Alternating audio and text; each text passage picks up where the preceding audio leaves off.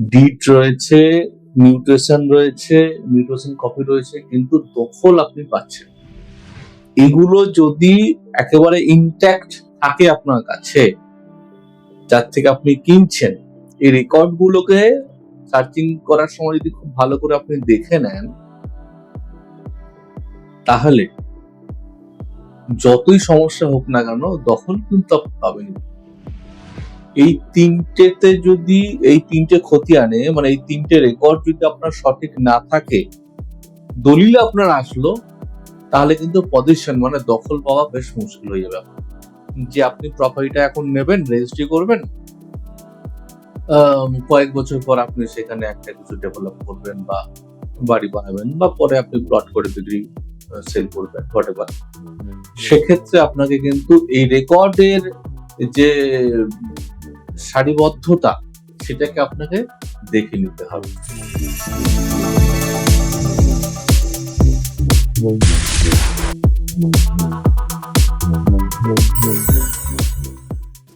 দলিল আছে আপনার কাছে, কিন্তু দখল আপনার কাছে নেই। দলিল আছে কিন্তু দখল নেই। সে জমি হোক কিংবা বাড়ি হোক, বাড়ি সাধারণত কমই হয়, দেখা যায় যে কোনো একটা জমি আপনি কিনলেন, কিনে ফেলে রাখলেন, দলিলটা রয়েছে, এমনকি মিউটেশন করাও রয়েছে, ডিট রয়েছে, মিউটেশন কপি রয়েছে, কিন্তু দখল আপনি পাচ্ছেন। সেক্ষেত্রে কি করবেন? এখানে উল্লেখযোগ্য যে বিষয়, সেটা খুব ছোট করে আমি বলছি। সিএস খতিয়ান, আরএস খতিয়ান, এলআর খতিয়ান বা এলআর, এই তিনটে এবং রেজিস্ট্রির সময় টিট দলিল, এগুলো যদি একেবারে ইনট্যাক্ট থাকে আপনার কাছে, যার থেকে আপনি কিনছেন, এই রেকর্ড গুলোকে সার্চিং করার সময় যদি খুব ভালো করে আপনি দেখে নেন, তাহলে যতই সমস্যা হোক না কেন দখল কিন্তু আপনি পাবেন, কেউ আটকাতে পারবে। শুরুতে আপনি সংশোধনের জন্য আর্জি জানাতে পারেন। সংশোধন আর্জি কতটুকু কি হবে, যদি রেকর্ড থাকে তাহলে তো কোনো অসুবিধা নেই, দখল অতি সহজেই পাবেন।